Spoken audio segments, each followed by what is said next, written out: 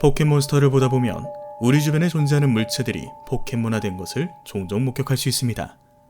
하수구의 오물을 포켓몬화시킨 질퍽이, 질퍽이, 쓰레기 봉투와 거대하게 쌓인 쓰레기산을 포켓몬화시킨 개봉이, 더스트나, 기어를 포켓몬화시킨 기어르, 기기어르, 기기기어르, 비를 멈추게 하는 인형 테루테루보즈를 포켓몬화시킨 듯 보이는 어둠 대신.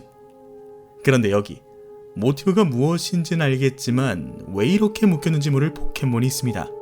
그 포켓몬들은 바로 동미러와 동타꾼이죠. 딱 봐도 알 수 있듯 동미러의 모티브는 청동거울이고 동타꾼의 모티브는 거대한 종처럼 보여집니다. 참고로 동미러가 진화하면 동타꾼이 되는데 대체 왜 거울의 진화형을 하필 종으로 묘사했을까?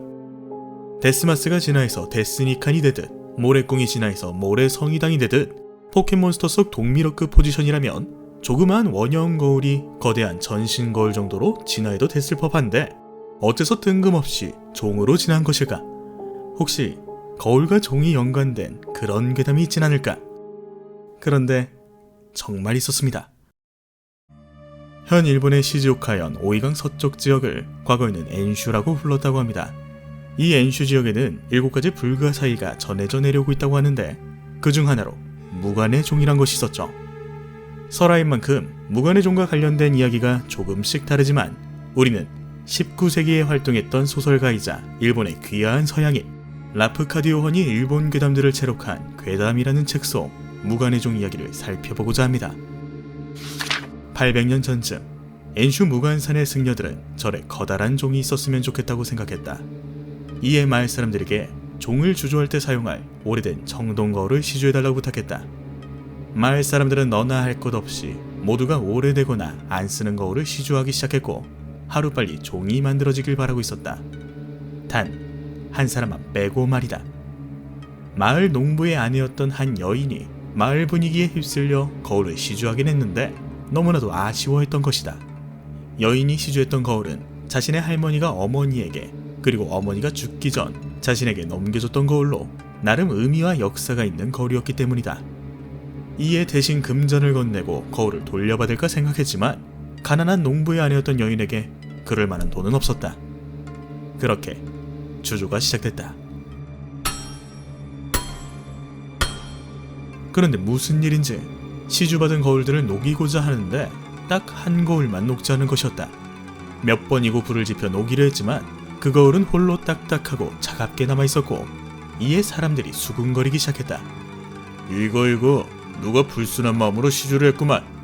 미련 없이 보내야 하거늘 아쉬움이 가득 찼네 가득 찼어. 마을에서 그 고집스러운 거울의 주인을 찾는 건 그리 어려운 일이 아니었다. 사람들은 여인을 차가운 시선으로 바라보며 못마땅하게 여겼고 여인은 창피함과 수치스러움에 몸둘 바를 몰랐다. 그렇게 그녀는 자살을 선택한다.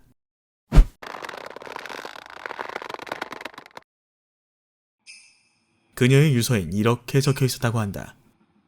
내가 죽어 아쉬움이 사라지니 그 거울도 녹겠지요. 그 거울이 녹으니 종도 결국 만들어지겠지요. 제가 약속하겠습니다. 내 거울을 사용해 만든 그 종을 부수는 자, 막대한 재산을 얻게 될 것입니다. 유언 내용이 퍼지자 수많은 사람들이 신사에 찾아가 무관의 종을 부수고자 각종 도구들로 내려치기 시작했다. 그렇게 너도 나도 종을 치고자 달려들다 사망자도 발생했다. 무관의 종은 밤낮 할 것 없이 쉴 새 없이 울려 퍼졌고 이에 고통받던 승려들은 종을 떼어선 숲 저 멀리 굴려버렸다고 한다. 종을 울린 자에게 막대한 부, 다시 말해 풍요로움이 있을 것. 그 소문이 진짜인지 아닌지는 모르겠지만 그걸 믿었던 사람들, 어딘가에 버려져 행방이 묘연해진 종. 그런데 신기하게도 무관의 종처럼 보이는 동타꾼의 도감 내용을 보면 다른 세계로의 구멍을 열어 거기서 비가 오게 하고 있었다. 그 때문에 풍작의 신으로 여겨졌다. 동타꾼에게 소원을 빌면 비가 내려 농작물을 자라게 한다고 고대의 사람들은 믿고 있었다. 2000년 이상 잠자고 있던 동타꾼이 공사 현장에서 발굴되어 빅뉴스가 되었다. 마치 무관의 종 설화 속 주요 키워드, 풍요, 믿음, 행방불명 등을 도감 내용에 옮겨놓은 듯한 모습. 게다가 거울을 녹여 종을 만든 설화내용처럼 동미러가 진화해 동탁꾼이 되는 것까지. 정말로 동미러와 동탁꾼은 무관의 종 괴담을 모티브로 제작되었을까? 그렇다면 동미러의 정체는 여인이 그토록 사랑한 거울이자 여인의 원혼과 한이 담긴 그 거울이었던 것일까? 동미러와 동탁꾼 모두 레벨업을 하면 자연스럽게 보복이라는 기술을 배우는데 혹시 그 자살한 여인의 복수심과 저주를 표현한 것이 아닐까? 비인기 포켓몬 속에 숨겨진 무시무시한 현실 괴담. 지금까지 무관의 종 동미러 동탁꾼 괴담이었습니다. 포켓몬스터를 보다 보면 종종 19금 유머나 범죄 행위를 연상시키는 듯한 요소들을 볼 수 있습니다. 아저씨의 금구슬을 선물한다는 내용, 아이들을 납치하는 슬리퍼의 도감 내용, 건물 밖에서 여자아이들을 몰래 지켜보는 변태 영감 등. 우리는 이를 검은 닌텐도라고 부르곤 하는데 그간 수많은 포켓몬스터 괴담을 소개해드렸지만 이 내용은 제대로 소개해본 적이 없는 것 같네요.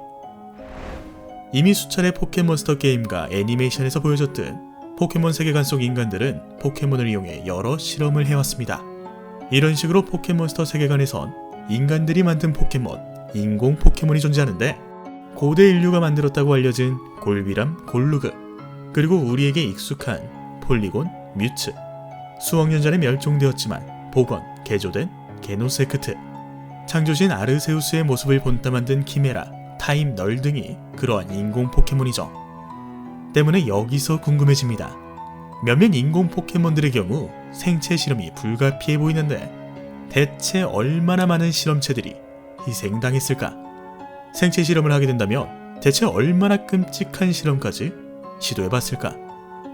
셀러의 진화이자 1세대 포켓몬인 파르셀 도감 내용을 보면 이런 내용이 적혀있습니다.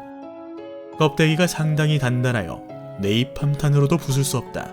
공격할 때만 연다. 꺼지지 않는 지옥불이라 불리는 네잎함탄은 그 파괴력과 영향력이 끔찍해서 제한적으로 금지된 무기 중 하나입니다. 그런데 파르셀에 이런 내용이 있다는 뜻은 포켓몬 세계관 속 인류는 네잎함탄을 사용한 적이 있다는 뜻이고 전쟁의 여파로 파르셀이 간접적으로 네잎함탄을 맞았거나 그것이 아니라면 인류가 직접 파르셀에게 네잎함탄을 쏴봤다는 뜻이겠죠. 실험 이유는 파르셀의 껍질 강도를 알고 싶어서. 지금에서야 포켓몬은 친구이자 동반자라는 개념이 자리 잡혔지만 초창기 포켓몬스터 게임 캐릭터 디자인을 보면 빌런뿐만 아니라 관장까지 채찍을 들고 있는 모습을 볼 수 있습니다. 심지어 초창기 베타 버전 주인공 모습으로 알려진 이 디자인마저 채찍을 들고 있죠. 이는 당시 몇몇 트레이너들에게 있어 포켓몬이란 존재는 채찍으로 조련해야 하는 존재, 서커스 동물들처럼 내가 하는 명령을 따르는 존재같이 마치 자신의 강함을 뽐내기 위한 도구 정도로 생각했음을 알 수 있습니다. 때문에 포켓몬 실험 또한 당연히 있었을 거고 그 실험들 중에서는 파르셀 껍질 강도 실험처럼 자칫 비윤리적인 실험이 진행됐을 가능성도 있죠. 실제로 몬스터볼의 탄생 또한 포켓몬 실험을 하다 발명되었으니까요. 1925년 무지개대학의 니시노모리 교수는 성원숭의 분노에너지 추출 실험을 하다가 실수로 성원숭을 약하게 만들어버렸다. 그런데 이때 성원숭은 살고자 하는 생존 본능처럼 스스로 몸집을 작게 만들더니 교수의 돋보기 안경 케이스에 숨어버렸다. 그렇게 몬스터볼 연구가 시작되었다. 그런데 흥미롭게도 몬스터볼이 팔리기 시작했을 때 등장한 포켓몬이 있다고 합니다. 그 포켓몬은 바로 찌리리공. 몬스터볼이 팔리기 시작했을 때와 같은 시기에 발견되었다. 뭔가 관계가 있다고 전해진다. 몬스터볼을 만드는 회사에서 처음 발견됐다는 점과 생김새가 비슷한 점의 관련성은 아직도 수수께끼다. 기존에 존재했던 것이 아닌 뭔가 갑작스럽게 등장한 느낌의 포켓몬. 그때 누군가 말했죠. 찌리리공의 눈매랑 고스트의 눈매 닮지 않았어? 정말 신기하게도 찌리리공은 고스트의 눈을 그대로 몬스터볼에 옮긴 것 마냥 닮아 있었습니다. 때문에 유저들은 마치 빙의처럼 몬스터볼 속에 고스트의 영혼이 들어간 것이 아닐까? 라고 말했고 놀랍게도 고스트를 암시하는 듯한 도감 내용이 찌리리공에 있었죠. 몸의 성분을 조사해보니 자연에는 존재하지 않는 물질로 이루어졌다는 사실이 밝혀졌다. 고스트는 고스트 포켓몬이자 가스 포켓몬입니다. 때문에 자연에 존재하지 않는 물질이라 했을 때 어딘가 모르게 그럴싸했고 몬스터볼이 팔리기 시작했을 때 갑작스럽게 등장한 점과 외모가 닮았다는 내용의 고스트와 찌리리공의 연관성은 더욱 커져만 갔죠. 그런데 이때 더 섬뜩한 추측이 등장합니다. 그런데 말이야, 고스트가 몬스터볼에 빙의한 게 아니라 인간들이 몬스터볼에 고스트의 자아를 넣은 건 아닐까?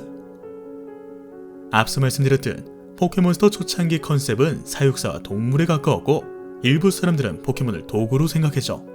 그런 상황 속 마치 파르셀 껍질 강도 실험처럼 비윤리적 실험을 했을 미친 과학자들도 존재했겠죠.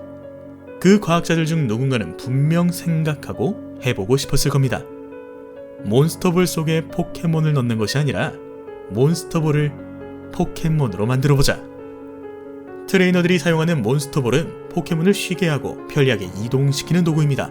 하지만 찌리리공은 이런 몬스터볼의 특징적 유사성은 단 하나도 없고 그저 조그마한 충격과 터치에도 무작정 자폭하는 극단적이고 이해할 수 없는 모습을 보이죠. 그런데 만약 인간들의 비윤리적인 실험으로 고스트의 자아가 몬스터볼에 이식됐고 그렇게 고스트라는 자아가 있는 채로 찌리리공이 되었다면 찌리리공의 극단적인 자폭 행동은 어느 정도 납득할 수 있었습니다. 마치 인간인 내가 자고 일어났더니 누군가의 실험으로 다른 동물의 몸에 이식된 상황이니까요. 그렇게 본인은 스스로를 아직 인간, 고스트로 생각하고 있는데 자신의 몸은 일반적인 인간, 일반적인 고스트임이 아님을 깨닫게 된다면 그때 느낄 자괴감과 반발심은 극에 달할 거고 스트레스와 분노로만 가득 찰 수밖에 없는 상황 속 누군가의 터치와 해방은 곧 자폭이라는 행동으로 표출된 것이죠. 정체를 알 수 없는 생물, 기분 나쁜 소리를 내며 갑자기 자폭을 하기도 한다. 정말 찌리리공은 고스트의 자아를 포켓몬볼에 넣은 포켓몬 실험의 결과물일까? 포켓몬 세계관 속 진짜로 미쳐버린 작자들은 포켓몬 생체 실험을 어디까지 해봤을까? 초창기뿐만 아니라 여전히 포켓몬 실험이 진행되고 있음을 보여주고 있는 포켓몬 게임 속 검은 닌텐도, 그와 동시에 비윤리적인 실험이 얼마나 위험한지 보여준 찌리리공 고스트 괴담이었습니다.